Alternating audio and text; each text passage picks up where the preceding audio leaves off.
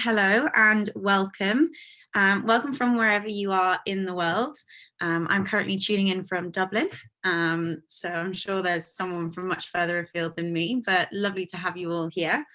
I am here to welcome you to this evening's event for our Alumni Day of Action speaker series. So this evening, we are very lucky to be joined by Professor Karen Ross. So I'm going to give you a little bit of background about Karen Ross, and then we're going to get into the actual presentation. So Professor Karen Ross is Professor of Gender and Media at Newcastle University, which is the first such named chair in the UK. She has authored and edited a large number of books on aspects of media and popular culture, including on topics as diverse as the audience, racial stereotypes, television, the media, and the public. For the past 20 years, most of Karen's scholarship has focused on the relationship between gender and the media, and more specifically on gender, politics, and news. Her most recent book was published in 2017. It was called Gender, Politics, News, A Game of Three Sides. Her latest edited collection is the first international encyclopedia of gender, media, and communication, comprising 260 individual entries from scholars from 40 countries, published in summer 2020 by Wiley-Blackwell. Currently, Karen is writing up the findings from two collaborative projects, one on last year's general election in New Zealand, and the other analysing women and men's visibility in news discourse. I, for one, am so excited for this evening, and I'm going to hand over to Karen now, and she's going to take us through this fantastic presentation. Oh, and I forgot to say, sorry, admin, if you have any questions, there is a Q&A box at the bottom of your screen. You can just pop them into there. Thanks very much, Sophie. And in fact, I see that there's already a question in there. So that's brilliant, even before I started. So that's a good start. So thanks very much for that introduction, Sophie. Thanks to everyone who's tuned in. It's showing I've got 38 participants, so hopefully that will I'll just kind of tick up a little bit as we go through.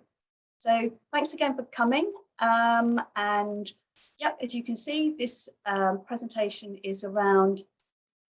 It's doing two things. It's kind of talking about some issues that I have kind of encountered in 20 odd, probably nearly 30 years actually, of doing work in this broad area of gender politics and gender and media and gender politics and media more specifically. But also, as I'm kind of talking through some of those issues which I've encountered, I also then want to talk about something which I noticed last year, which for me was really kind of fascinating and interesting because it ran counter to much of my work so far. So I'm just going to move this on. This being a woman politician has never been easy. I mean, it's relatively easy to say this, but I suppose that when we think about women politicians, certain people might come into our minds. But what I'm suggesting here is that for centuries, this idea of women's voice and women's political voice has always been something which has been controversial. And as I'm kind of just showing you a little kind of snippet here, that there has been a sense in which women's voice, women's political authority, has allegedly been against the teachings of the Bible. And in this moment of what's happening, the disaster, the tragedy of Afghanistan, we can see how religion and politics and gender, these things are once again cohering, those three elements. And we're looking here, and we're looking at the something which happened in the 16th century, but we're seeing this centuries later, right now in this moment, women politicians in Afghanistan, what's happening to those women? Where are those voices? So I suppose what I'm saying here is it's just really timely that we're talking about this issue about that relationship between women, politics and gender, and trying to think about ways in which women's voices actually come to be heard, where women politicians become visible. if I just take a quick step back in order to kind of provide some context to what I'm talking about. My very first research project, as you can see here, was in 1994. And it was looking at the Labour leadership elections and the way in which the media framed that campaign, the Labour leadership campaign. The Labour leadership, the leadership elections were called in 1994 on the very tragic and very early and untimely death of John Smith, who was then the Labour leader. And at that point in 1994, there were three contestants for the Labour leadership. Tony Blair,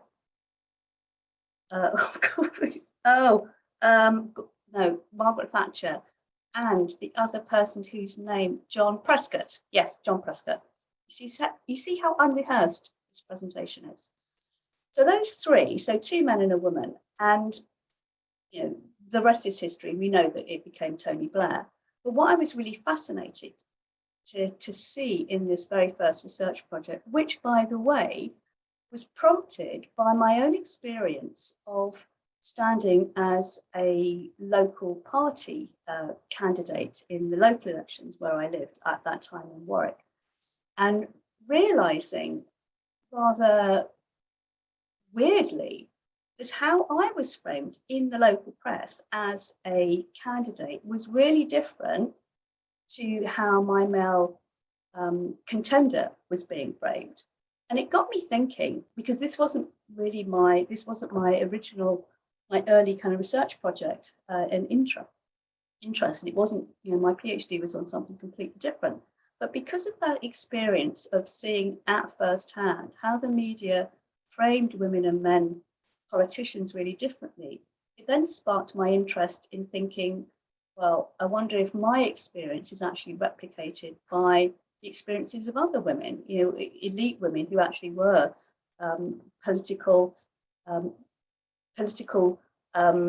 constituents, actually were working as MPs or as candidates. So I looked at the Labour leadership elections and found that my experiences, surprise, surprise, were also the experiences of other women. And in this particular case of the Labour leadership election, the woman contesting, who at the point of the Labour leadership elections was actually the deputy leader. So in some ways, one would imagine that in that situation where John Smith had very sadly died, you would imagine that the deputy leader would simply step up, as has happened in subsequent situations where someone has stepped down. But that didn't happen. It didn't happen for a number of reasons, some of which are political, but there is also a very clear sense in which the media, and certainly the kind of right-wing media, because I've given you two examples here from the Daily Mail and the Sun, that there was a really strong support for Tony Blair, for all the reasons, as you can kind of read what that comment says, that he was a family man and that he had the right values. Margaret Beckett, on the other hand, didn't have the right values. That I didn't include in that little quote, but the Sun was also very defamatory in some ways about Margaret Beckett and what was going on in her personal life.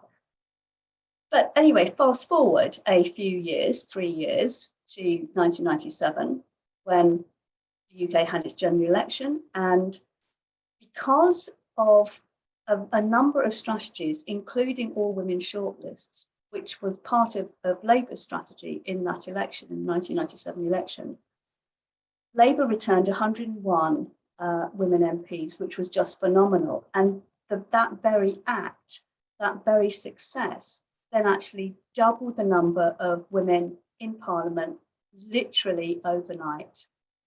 And the reward, as I'm saying there, was the media described that amazing success, that group of women as Blair's babes. And since then, in that period between 1994 and now, I've continued to kind of to develop an interest in the ways in which the media frame women politicians. But I've moved from looking at media discourse, although I still do some of that work, but I've become much more interested in how women politicians themselves actually frame their own narratives, how they advocate for themselves, how they engage the public through their own efforts, mostly through their social media profiles. So I've been doing some work, as Sophie said at the beginning. So currently I'm doing a piece of work that looked at the leadership campaigns in New Zealand last year, where, as it happens, the two leaders, the Labour leader, the incumbent, Jacinda Ardern, and the leader of the National Party, which is the Conservative Party, who is a woman called Judith Collins. And so, very interestingly and quite unusually, the two party leaders, who were then obviously contesting their own seats, were both women. So myself and a couple of colleagues are doing some work around their Facebook posts and how different or similar they are.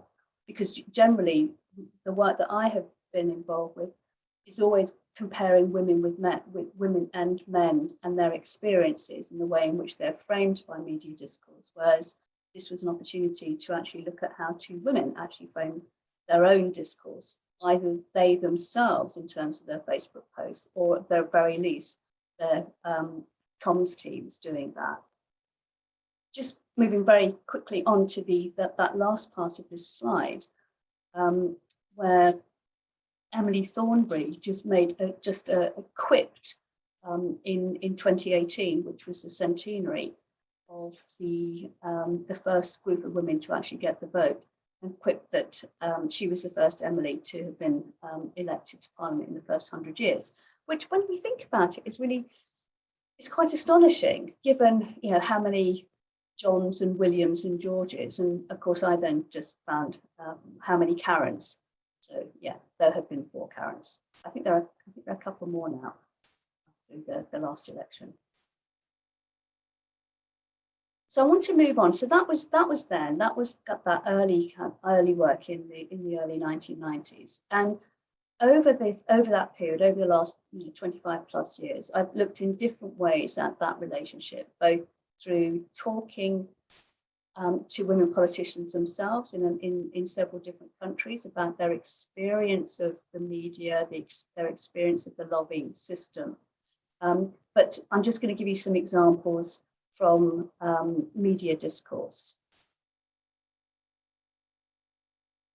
When Theresa May became Prime Minister in 2016, she was described, as you can see here, as being a little ray of sunshine in an outfit that scored a perfect 10.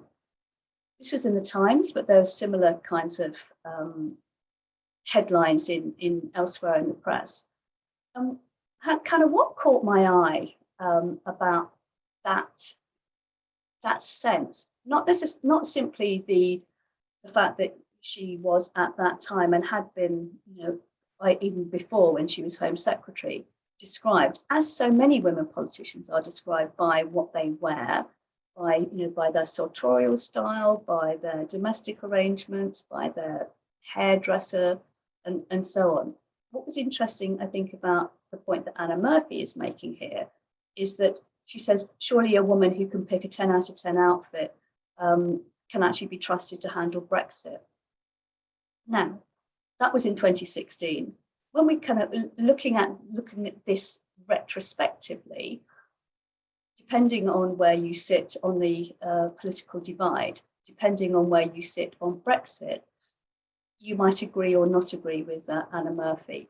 But I think it's this juxtapositioning of personal attributes. Apparently, she has a sartorial eye, with political attributes, and generally those two things actually work against women. That their competence to be a political advocate, their competence to be political, to make political decisions, is often discursively undermined by how they might look. That there are aspects about their personality which would suggest that they are or are not fit to be a politician. So here Anna Murphy is suggesting that it's working in the opposite direction. It's actually working really positively for Theresa May. And once she became Prime Minister, as you can see here, there were numerous examples of her sartorial style being what made the headline. Not that she was Prime Minister, not that she was doing really important work as a Prime Minister, but no, the interest was in her clothes, and in this particular case, in the cost of her clothes. And Theresa May herself has said on many an occasion, as you can see here, you can be clever and like clothes. Actually, those two things aren't necessarily contradictory. It is possible to be stylish and clever and political. But here is the Daily Mail making a point about how much her shoes and her bag and her outfits cost. They also obviously talked about her as a politician, but there were so many examples of this idea that this is, and it's not to say this isn't part of Theresa May's stick. It's not to say that it isn't. Why shouldn't she be stylish? Why shouldn't she spend whatever she wants to spend on clothes?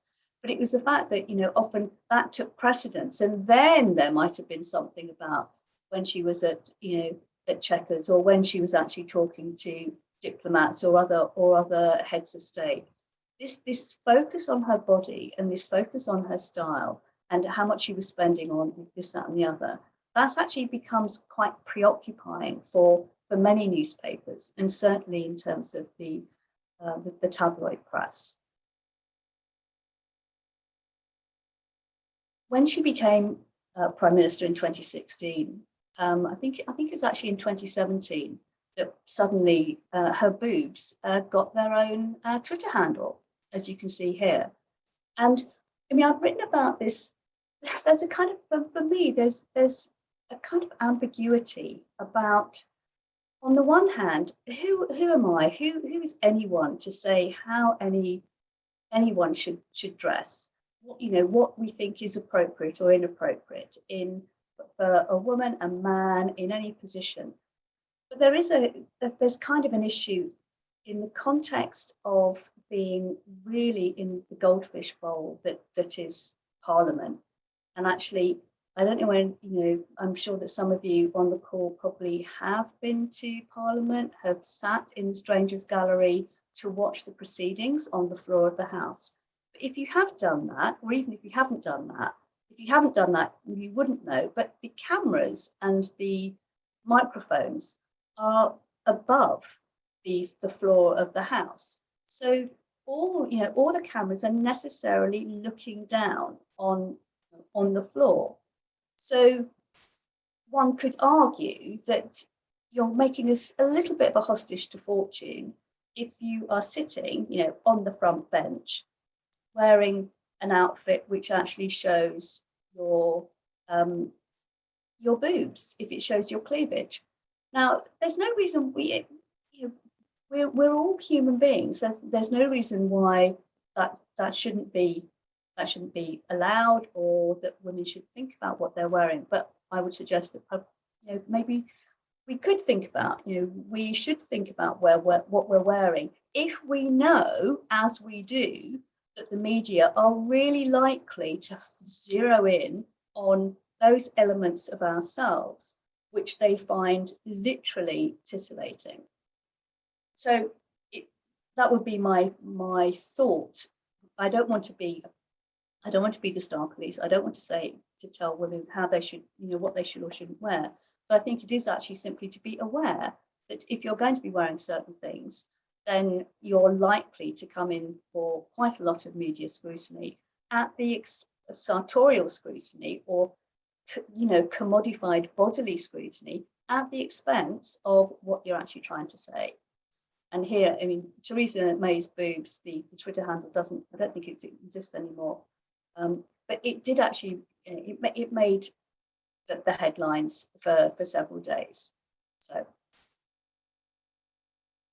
that's just one example of the way in which some wag. We'll see another example. The way in which it's very easy, particularly on social media, to spoof political characters, as we see with things like Spitting Image or anything else.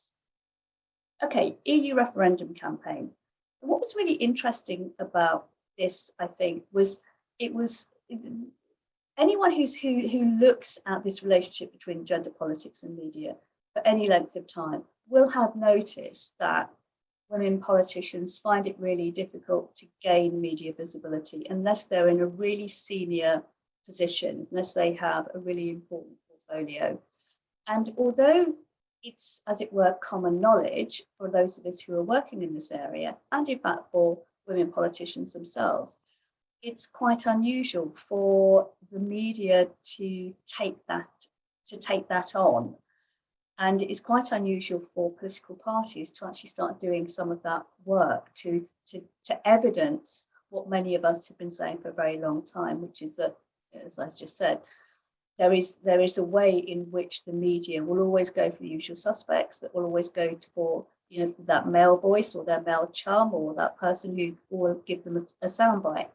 And on the one hand, it's sort of inevitable because, with the exception of, you know, Margaret Thatcher and Theresa May, we haven't had a woman prime minister, so therefore it's likely that, you know, the prime minister will be the person of choice. But here, during the referendum campaign, when Theresa May was the prime minister, nonetheless, she wasn't there. You know, she didn't have a kind of strong voice in the referendum campaign coverage. And even, as it were, the ordinary MPs, women and men, when we looked at, you know, when the Labour Party did its own research, which looked at not just political commentators, but any commentators, on, yeah, as I'm saying here, on the BBC's Breakfast Show, on Good Morning Britain, that for whatever reason, men are the go-to source. They're the go-to people to give the soundbite, to invite onto panel shows. And the problem with that is that if we only hear male voices, then we're only hearing a partial story. We're only hearing from a particular segment of the political elite, or in fact, in this situation, a particular segment of the community, not just politicians, but general people who can talk about politics. It's not like there aren't any number of women political commentators who would be brilliant guests on any political show. They just don't get the opportunity to do that. And the question always has to be, why not? Do we think it's because they're less capable, less competent, less confident, less knowledgeable? And I would argue no to all those questions. It's, you know, something else is going on there. We might talk about what else we think is going on there a bit later in the discussion.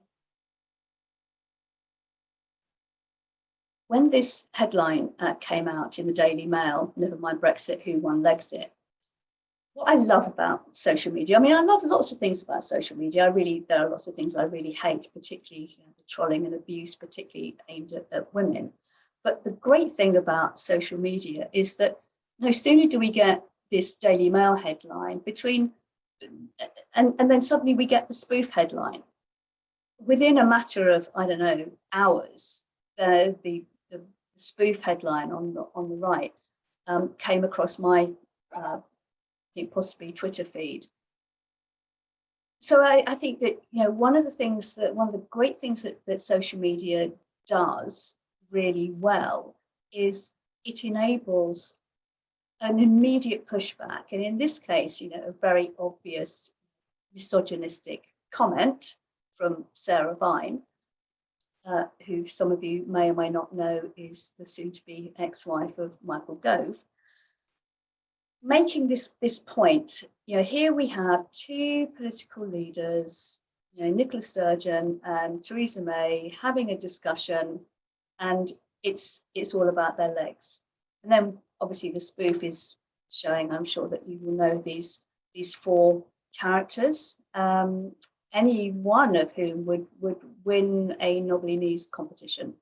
But this was, you know, this is actually part of the pushback. And I think one of the great things that has happened over the last probably decade in terms of political communication is how we, the public citizens, are no longer simply using traditional mainstream legacy media to get our news, but we are using social media, we're using Instagram or Facebook or Twitter.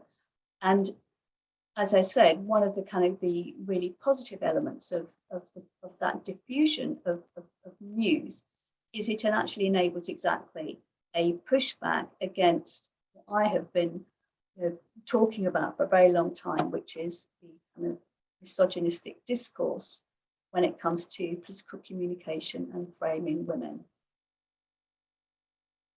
Things gone. Where's that gone? There it is. So far, so marginal. But then, as I said, I started to notice something in 2020. So a few weeks into the pandemic, I noticed something kind of strange happening. And what I noticed is some really positive commentary about women's leadership, women's effective political leadership, which for me was just that it was great, but somewhat perplexing, because I had spent so many years arguing, discussing, writing about the invisibility of women, not women politicians generally, but also women in political leadership positions. And then suddenly we see there was just one after another, really positive headline about a effective woman politician. Much of it focused on Jacinda Ardern, Prime Minister of New Zealand, but also other women, including Angela Merkel and some other women who we'll kind of look at in a second. In 2020, as I'm saying here, there were 12 women heads of government out of 193 nations. So the number of women is tiny. I mean, the fact that there were 12 in 2020, that has just been a kind of gradual increase, because it's not that long ago when there were like 2 or 3. So the fact that we have 12 women heads of government out of 193 nations is astonishing.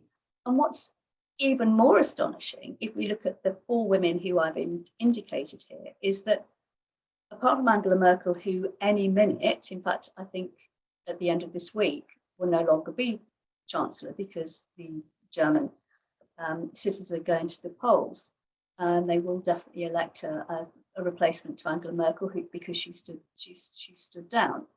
But Jacinda Ardern has just won a second term. Sanna Marin and Mette Frederiksen, they only became prime ministers in 2019, so they're still there. Whether or not they're going to be there at the next elections, we don't know. But what's really, I don't know, it hurts my heart to understand that here we have, particularly in the last 2 examples of Sanna Marin and Mette Frederiksen, when we're talking about 2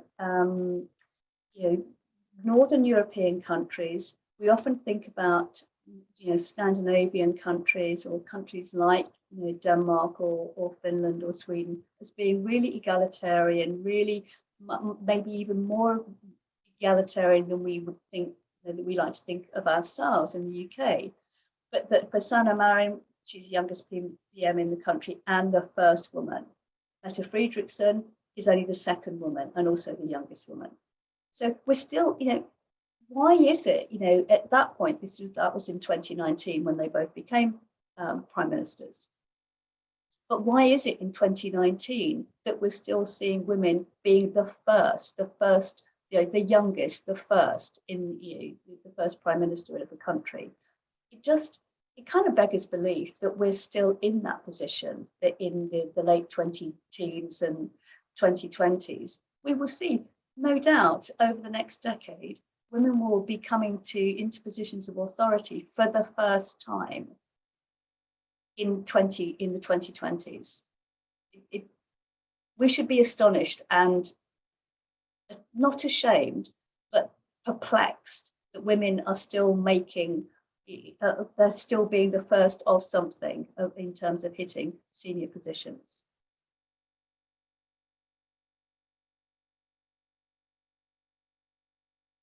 I'm just conscious of time. So when we think about women's leadership or effective, oh, what happened there? I didn't mean to do that.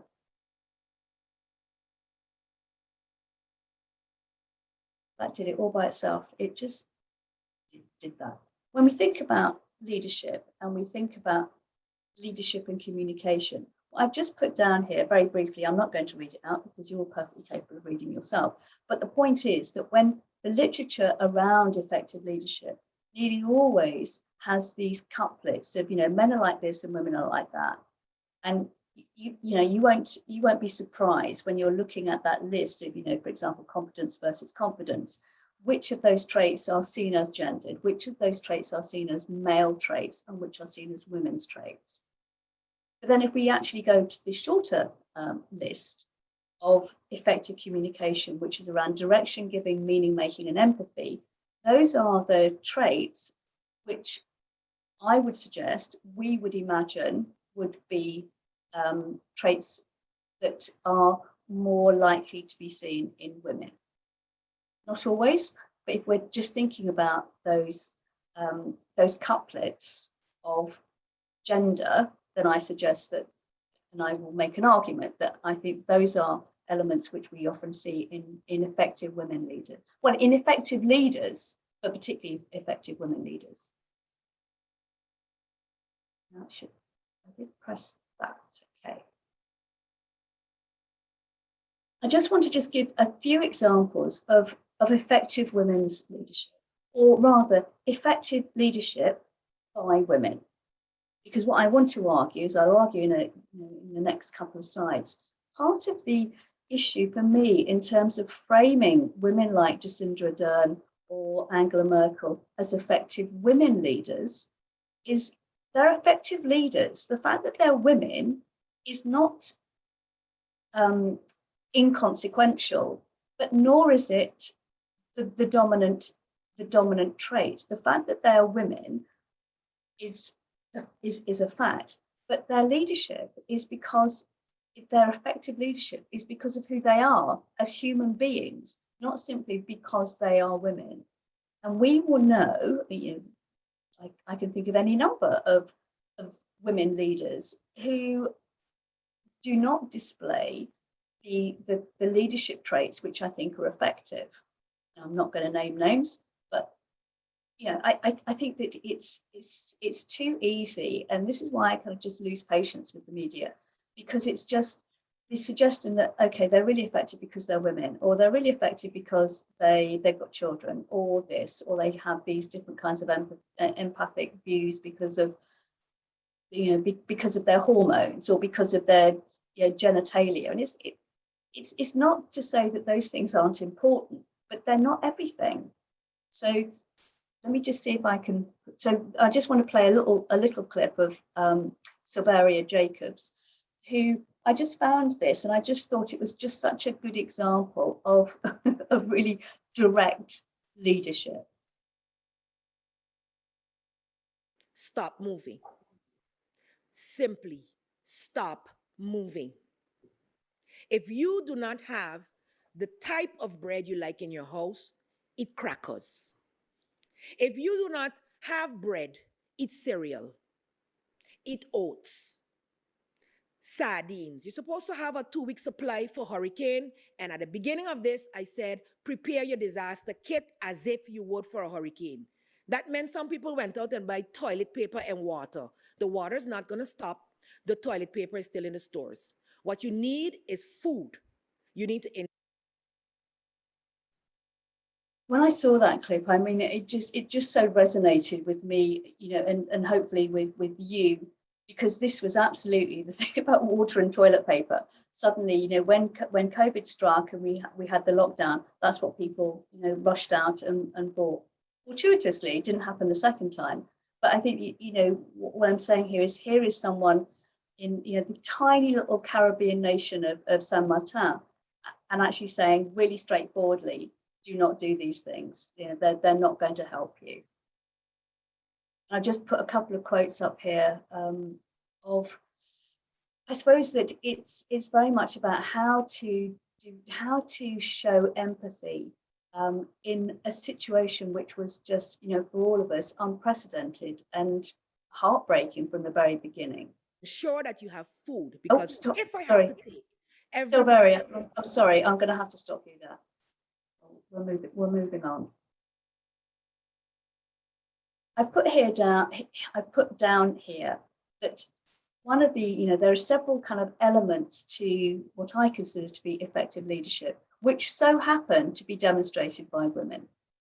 And I think that, there was an early lockdown, certainly in places like Germany and in fact New Zealand. And the kind of narrative, the discourse was led by science. And I put, but really, because in some ways, many people would argue, well, maybe not many people, I certainly wouldn't argue that we in the UK have been led by science. Not actually by science, been led by rhetoric around science. But I think the difference in, perhaps with, particularly in Germany, part of Angela Merkel's success is being laid at the door of the fact that she's a scientist. She's a chemist, actually. And that her no-nonsense scientific approach actually was part of why Germany, certainly in the beginning, actually did so much better than many other countries. And I think the photo at the bottom, where Angela Merkel is having a bit of a face-off with Donald Trump, that's I love that photo, because he's there. It's everything about his stance, his folded arms, that look that he has. And Angela Merkel's not having, she's not having any of it. She's just there, kind of towering over him. And that's a really interesting juxtaposition, because you rarely see women in that situation, surrounded by a group of men, being actually in the center and showing authority. I love this woman, Susie Wiles. She's the woman who Jacinda Ardern, Prime Minister of New Zealand, worked with in order to get out the scientific stuff. And as you can see, as Susie Wiles says of herself, she's also known as that pink-haired science lady. But if you just imagine how different our messaging would have been if, instead of Chris Whitty and Patrick Vallance, and more recently Jonathan Van Tam, we had Susie Wiles telling us about what was going on. And it's not, it's not to say that Chris Whitty and Patrick Vallance and Jonathan Van Tam aren't telling us sensible things, but I think the form of messaging, how relatable it is to the general public, makes a huge difference in terms of how seriously we're going to be taking those messages. And I would suggest that for us in the UK, for those of us who are in the UK, hopefully there are a few people kind of joining in from around the world. But I think that for many of us, the messaging, the confusion over messaging, if it had just been clear and straightforward, I wish it was actually clear and straightforward now in this moment, rather than just having a bit of a free-for-all, which is happening at the moment. But having clear messaging, I think, makes a difference, and having messaging by people who know what they're doing and knowing what they're talking about. The other really clear element of clear messaging, certainly in the early days of COVID, was actually very much about this recognition of how fearful, how terrified we all were, all citizens around the world. No one had ever experienced COVID, and having the empathy to actually recognize, rather than just say, what, it's all going to be fine, but actually saying, no, it isn't all going to be fine. We do need to recognize that this is a global pandemic, and we need to not take risks. Women are allegedly risk averse. In this situation, in the COVID situation, that was the right thing to be. It was right to be risk averse. And however we think about leadership now, beyond, we're not beyond, sadly, we're nowhere near beyond COVID, but just thinking about the importance of actually recognizing people's fears and thinking about, as I have said, an ethics of care, how we can care for each other. And if our presidents and our prime ministers are showing empathy and care for us, then I suggest that we would actually show care for each other. So it's not simply about, it's not a one-way process. I think that the more empathy that can be shown by our political elites towards us as citizens, the more likelihood there is that we will show care towards others. On the other hand, we have a different style of leadership. And I think the point I'm making here is that one of the reasons, in my view, that people like Jacinda Ardern and Angela Merkel were so praised for, certainly in the early days of COVID, was because their approach was always being juxtaposed to the approach of men. And I just want to just give a very quick example, which some of you may have already seen this.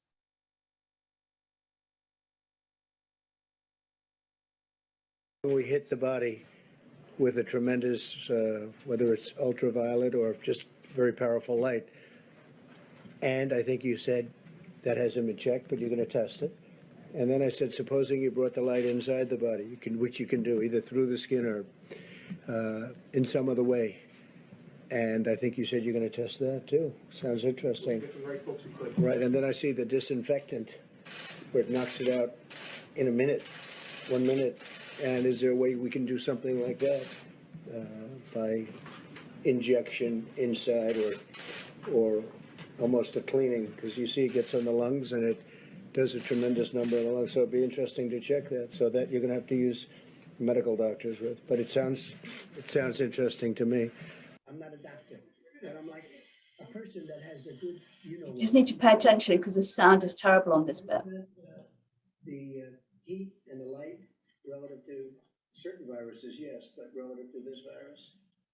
That is a treatment. I mean, certainly fever is a good thing. When you have a fever, it helps your body respond. But not as, I've not seen heat or virus. I think it's a great thing to look at. I mean, yeah. Okay. What's really? Oh no, sorry. With a tremendous. Stop. Oh no, I don't talk to him either. No, stop you. No, he's not going to stop. I'm going to move on. The point about showing that previous clip with Donald Trump and Sarah Cooper, again, part of the way in which we as citizens can kind of push back against authoritarian leadership is through those kind of spoofs. And I think that, I don't know whether any of you kind of just know about Sarah Cooper's work, who was the person actually lip syncing with Donald Trump. But it demonstrates the fact that she was on TikTok, the fact that she's done other kind of work, which actually her work in kind of lip syncing, particularly Donald Trump, but she's done other work. It brings home to us as citizens the ludicrous nature of some political messaging. The fact that people, after Trump said that you should drink bleach, is basically what he was saying. People in, any number of people in the States actually did do that and were hospitalized. Surprise. So political messaging actually has a really obvious impact, a really dangerous impact, if you don't actually know what you're talking about. And now this is Justin Trudeau. I'm not going to play this because we're running out of time. But as I've said here, but men are not always so terrible. And this is Justin Trudeau. He did a really, sweet speech about Mother's Day.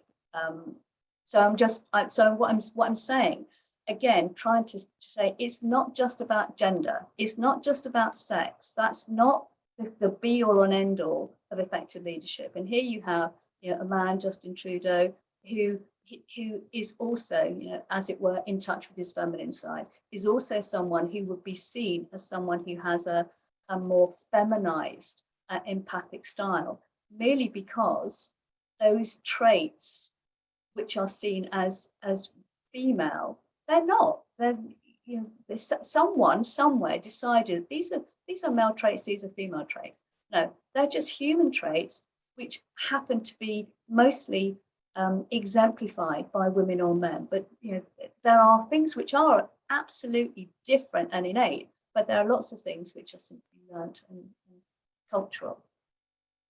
I'm going to move on. So this is my point.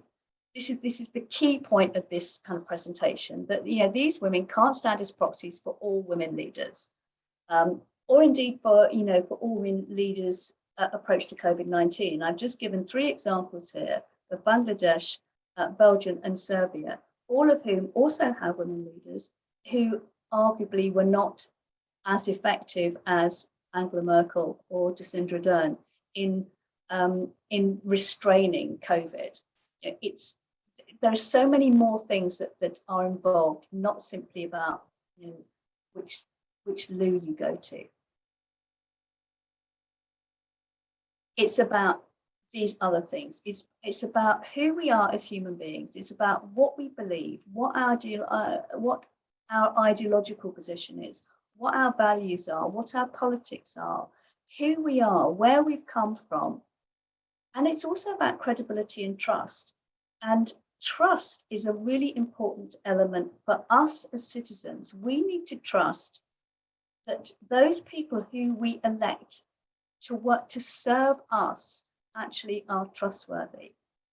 And I would suggest that in many cases, we don't think the politicians who govern us are necessarily trustworthy. Yes, so thank you, Jeremy. I've actually, that image of Jacinda Ardern, there's a video that plays, it's her face, on the day that she locked down New Zealand. And the video is just a really lovely, I think, really good example of her kind of informality, because she's in her joggers and she's addressing the nation. And for anyone who hasn't heard her in that kind of more informal style and is interested, I'd really recommend that you just play that short clip. Sex, although sex isn't kind of important, sex isn't the be all and end all of what makes effective leadership, but sex is always sexy in political discourse. So I'm just giving just a few examples. This last one about Berlusconi and how he described Angela Merkel. Retrospectively, he's claimed that he didn't say that, but there are very many testaments that is what he said, obviously in Italian. And what I'm suggesting now is that after this, this wonderful eruption of positive coverage of women leaders, very quickly that kind of dissipated. It was really business as usual. That Angela Merkel and Jacinda Ardern, journalists were very quick to say, to complain about things which they thought they were doing the wrong things. But then in October, we had the elections in New Zealand and Jacinda Ardern won a landslide. And then, of course, in the US, we had the elections in November. And for myself, I was just whooping with delight. I was in the streets with everyone else, just kind of cheering on. What a brilliant, I shouldn't really be saying that. Maybe I should be trying to be impartial. But you know what? I'm not impartial. And I actually don't think it's necessary for us, certainly as researchers, to just constantly say on the one hand and on the other hand and just sit on the fence. That isn't our role. I think that we can show these different points of view, but we don't necessarily have to just insist that we have to remain impartial. I think that what I'm saying here in terms of Kamala Harris, what she did on election night, as part of her inaugural speech, she honors women. She honors the women who have come behind her, who are with her in her family, and kind of women more generally. Her appointment of Karine Jean-Pierre is just astonishing. You just couldn't imagine in any other administration that this would happen. That this person in the shape of Karine Jean-Pierre, with all her intersectional attributes, that she would be the person who Kamala Harris appoints as her new chief of staff. or the fact that, as I'm saying here, Joe Biden put women into all 7 senior communication roles. Okay, on the flip side, you could say, yeah, well, women are good communicators. Of course, he's going to put women into communications, but what about putting women in other serious roles? And the jury is out on that, as it is with Boris Johnson. We've got 8 women. Through his reshuffle, we've got 8 women out of 29 in the cabinet, which I think is 27%. He actually started off better. He's gone downhill since the beginning in terms of putting women into senior positions. Yeah, it's just more of the same, that it doesn't take much for journalists to go back to business as usual and having a go at women politicians. But just on my last slide, I'm just saying here that for now, for the time being, seeing women who are being effective, compassionate, credible, and visible, I'll take that. Thank you very much for listening. That was great. Thank you very much. I have so many thoughts racing through my head, as I'm sure everyone else does. We probably do have time to answer, hopefully 1, maybe 2 of the questions that have popped up. So the first one is from Farid, who's from Azerbaijan. And he also did his dissertation on women in politics and looked at how women in parliament impact women-friendly policies. So his question is, if we have more women in politics in any country around the world, does it mean that those countries focus more on women's issues or not? And do you think, just of the context of your speech there and kind of the thing that we've talked about, do you think you saw that in the coronavirus and EU Brexit debate? Did you think that kind of is a good example there? No. Well, I think that it's more than, as I think I've said, just by being a woman does not mean to say that you're going to be female friendly. Being just by your sex does not mean to say that you're either going, that you're going to be supportive of women. What I think does make a difference is women in fact, women or men in leadership positions who actually value equality, who actually value, the totality of humanity. If you have a critical mass of women, then you are more likely, I suspect, even a kind of cross-party group, to focus more on family-friendly issues, because things which are allegedly good for women tend to be good for everyone. I mean, that's just a kind of truism.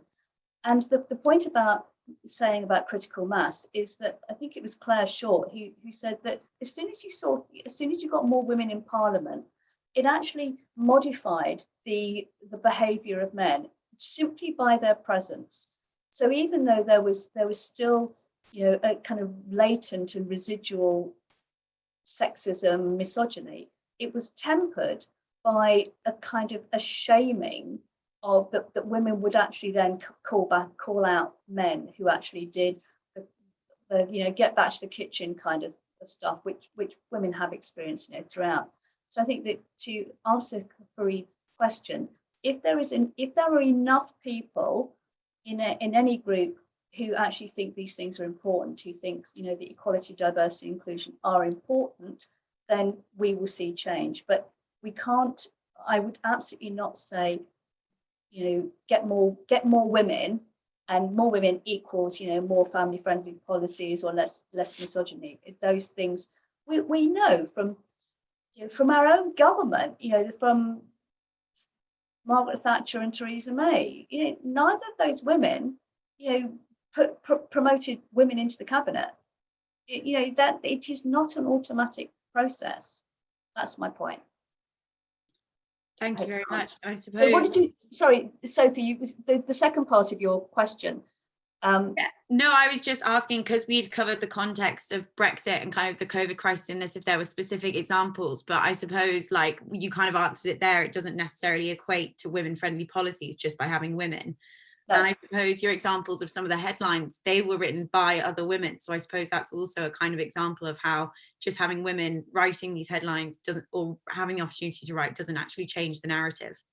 No, and not only that, but I mean, certainly in the work that I've done with women politicians, when they've talked about their relationship with journalists, they will often and have said that actually the worst or the most sexist commentary often comes from other women, not, either because, well, for various reasons, but what women politicians say is that they have in the past been much more candid with women journalists, thinking, oh, I can tell you, you know what I mean when I talk about, whatever it is, only to find that the journalist has just thought, hey, this is making really great copy, regardless of whether or not it's sexist or or anything else. So again, I think some of the worst or the kind of most sexist, misogynistic journalists that I've looked at, journalism that I've looked at, has come from women.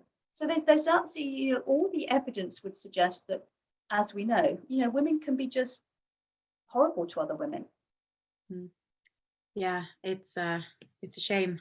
It It is that there's nothing more to say. Yeah, it so is a shame.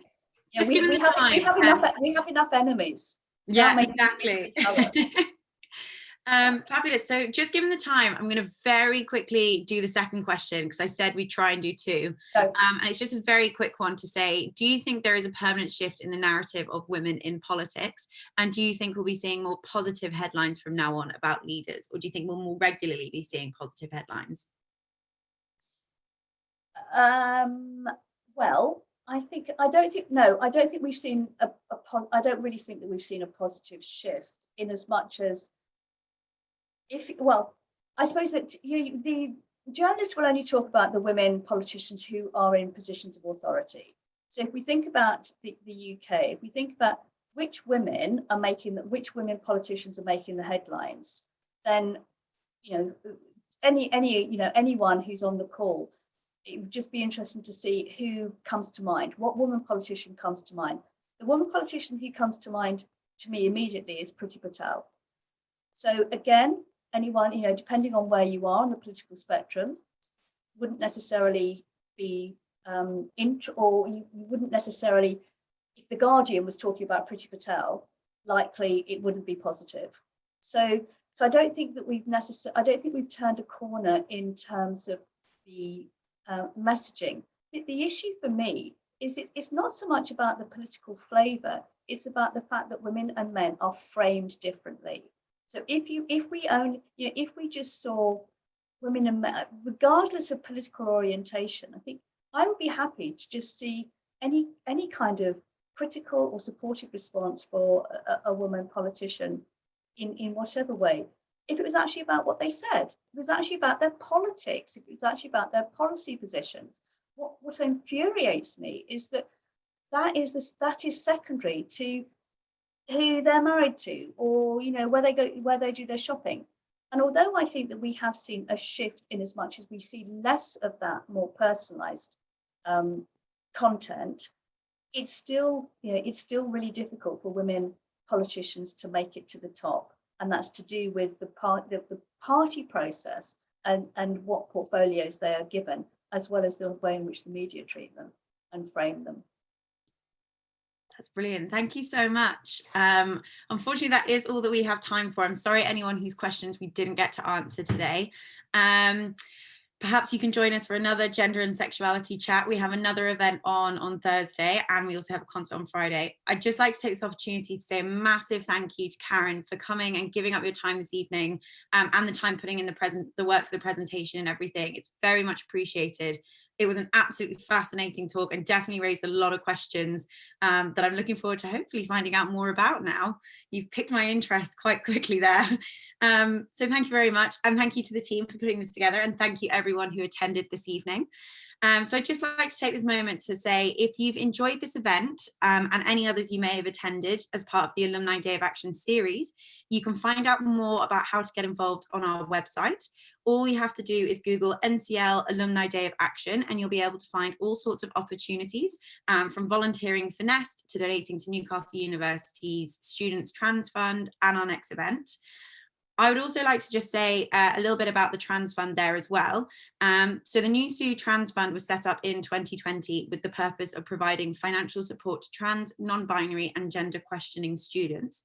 The fund was set up to improve the quality of life by reducing financial stresses these students may have, and support them by helping them to purchase new clothes for their new gender identity, buying necessities such as binders, all the expensive deed poll applications for legal name changes, and so on and so forth. I think this is an absolutely brilliant fund that we've got as one of our many that we're promoting during the Alumni Day of Action series. And you can find out more about this fund and also how to donate on our website in the same area as all the Alumni Day of Action events. So please do join us for some of our other events. Next week's theme is social justice within health and well-being. We will be looking a little bit at the COVID crisis, how it's impacted young people. There's a few other talks on. It's going to be really interesting. And then in our final week of our Alumni Day of Action, we address race, religion and migration and conclude with our annual meeting of convocation, which I hope you can all join me for. It's a really great opportunity to hear what the university is up to and give some feedback. So to register for any of these, if you registered this evening, you probably know, you just need to go on our website or get in touch with one of our alumni team. But I'd just like to say again, thank you so much, Karen. Thank you so much, everyone. And I hope you enjoy the rest of your evenings.